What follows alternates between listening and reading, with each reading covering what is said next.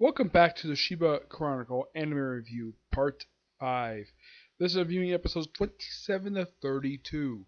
The first three episodes, the Sharon gang are in a place called Puffle Country. Yep, a futuristic world where they find the feather looking for there, but they have to win it in a dragonfly race. No, they don't have to fly on little dragonflies. They fly on machines that are like dragonflies. And like any other types of races in fiction, there's saboteurs, crashes, though these things are actually flying. Yeah. And now they do meet about three people they have met before. One is a guy they've met a few times in different worlds. Another one of the racers. He actually someone they met in the previous world they were in. The one with the virtual reality stuff. He was Demon Hunter. I think his name is Ryu. I think his name is. And Tomoyo. Yep, who's the president of the Puffle Corporation, who is the sponsor of the race. And she hires Sakura to be her personal driver for the race, which, not bad, despite the fact Sakura is a really terrible driver. And after the first day of preliminaries, there were some explosions that caused some damage. Yeah, basically it's a saboteur. So, slowly over the course of a few episodes revealed that it was actually the secretary who was behind all this. Yep, and by the way, the second episode involves three badges. They have to get these badges. The first one, basically you have to hit like an object, kind of like you do in a video game. You hit like a little object and a badge there. Another one, basically they pass through. I think it's not a tunnel. No, yeah, it's a tunnel. Yeah, it's basically a tunnel that swirls up into the sky, which is actually sabotaged. Yep, and then they go find the third one, which is basically through like a canyon. And eventually the winner of the race is Sakura. Now Tomoyo kind of reveals that she's one to manipulate this stuff, but it turns out, nope, she actually is not the one. Turns out the person behind everything is Secretary. But there was also a cheater in the race, who was revealed to be Dr. Kyle from the J Country arc. Yep, he survived. And he's got 5 shadows. It's weird, it's not thoroughly explained. He's about to take Sakura's flower, but lucky enough, Mokina sucks the power the feather up, gives Sakura, he goes off and goes whatever. Also forgot to mention in the last review that there's this pod that's been showing up since the start of the series. What's in this pod? It's Sharon. What the heck is going on with this? I'll explain this in another video. Yeah, it's particularly very weird when it comes to the characters of this particular series. Yep. They go off, and that's the episode. Yep. The next episode, like right after this one, basically the next 3 episodes are just standalone episodes. Yes. The 30th episode, they actually go back to a place they actually went to toward the end of the previous season. Yeah, as a matter of fact, it was the final episode of season 1. Yep. Excuse me. Yeah. They go back there, and it turns out people they brought back to life in the last episode. Yeah, it turns out the resurrection was temporary. Yep. By the end of the episode, people they actually don't realize they're there until they realize because the place looks familiar, and they find a feather there, and it's in the horn of a dragon. Yes, a frickin' dragon. They refer to it as a dragon, but I can take a look at it, it's a frickin' fire breathing dragon. To the combined efforts of Sharon, Karu, and the villagers, they slice up the dragon's horn, his horn nose, tries to appeal to the god, and doesn't work.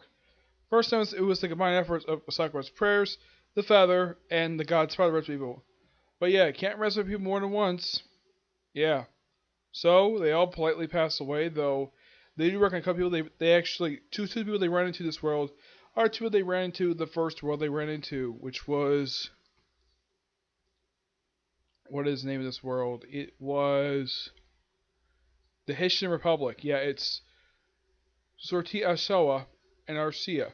Yeah, they run into them. Yeah, and it turns out that Sorti is actually the grandson of the elder from the previous from this particular world. Yep. And then they get the feather and they go off and yeah, first time in the series they actually go back to a place. Yep. And it turns out it's kind of the reason why there's this because the main villain of the series, Faye B, he's the one who responds. He's the one redirecting there. Yep. 31 is another episode where they don't actually find a feather. They land in the middle of the ocean, pick up a ship, and they recognize two people on board this ship too. Now, the captain, of course, is pretty much it looked like the same person from what is his name? It's not Jade Country. No, it's Kira Country. Yeah, they run into him, and the chief engineer. They run to meet him too. Yeah, it turns out the chief engineer is just a younger version of Shaoran's adoptive father. Yep, it's a good character piece for Shaoran, even though he does. And here's the thing: they all get various jobs. Kuroge decided to swap decks with the crew. He doesn't like them intimidating very much, so off screen apparently he beat the crap out of these guys and have them basically name him their boss. Shaoran is assigned to be assistant chief engineer to the kid who looks like his father. Fry and Sakura assigned to be the chefs of the ship. They get lost in the storm, and then of course Shaoran and the guy who looks like his father end up on an island. Turns out this island full of ghosts. Yeah, then they figure out though this island's not full of ghosts. It's just the wind passing through a tunnel. Yep, that's simply what it is. It's all big. It's a whole big, like old superstitious lie that people tend to believe. Yep, it's a good standalone episode. The next one, also an episode that does not involve a feather. Nope, no feather.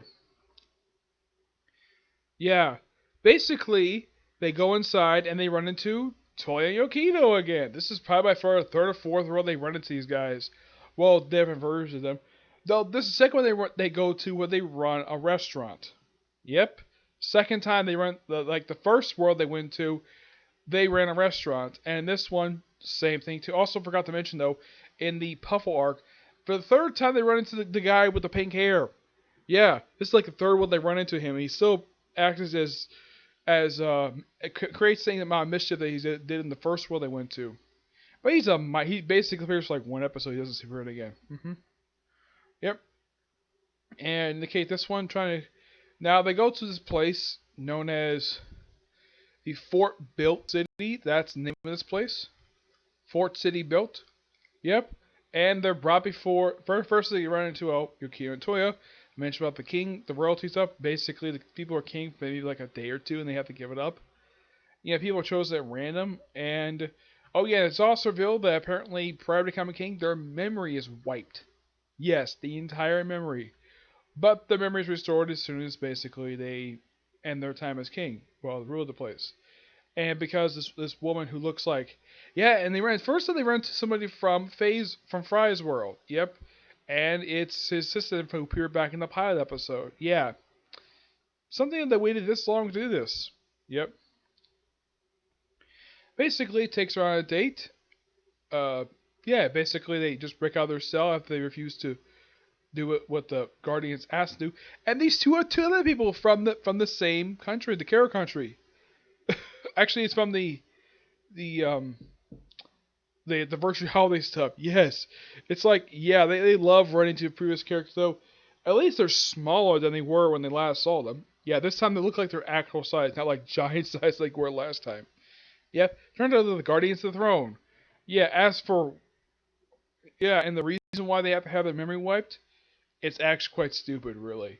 Yeah, so they have the mind clear. Like, just say, don't think of anything. Don't wipe the memory. One point, she nearly leaves the city while she's on a date with Fry. And, well, it turns out if she leaves the city, the whole city would disappear. Yep. That's the gist of it. Yep. Not much else to say, but I'd say for these 6 episodes, first 3 are pretty good. It's actually the first series I've actually come across that has an actual race. Not a tournament, a frickin' race. Yeah, as far as I can tell, of all the anime I have watched, I'm sure there probably is other anime that there has been basically some races. The only anime I can think of that actually has a race in an episode is Pokemon. They had several of them from the episodes I have watched. But in the case of ones I reviewed, no, not really. Nothing I can think of, no. Definitely not Naruto or Bleach. One Piece, I don't think so. No. Fairy Tail, yes. They kind of had a race, but it was one of the things. They had to run across it, but actually have actual vehicles where they race to a goal, like an actual racing game. Yeah, this is the first series I've actually come across that actually do that. Yep. But yeah, not much else to say about these 6 episodes. Really good. Definitely looking forward to reviewing the next 6 episodes of the series, with episodes 33 to 38. Not 8. Basically, it goes for 39 because, well, 38 is actually part one of a two-part story. Yep. So yeah, that's it for this particular. I got 3 more videos to do today. Next one's gonna be a movie review. I mean, the last one I do for a while. That's why I do it and find what I'm talking about. A Comic Corner and review newest episode of Fire Force. Yes, they finally released new episode. First time in a couple weeks. First time about 3 weeks they've released new episode. Okay. See you next few. Bye.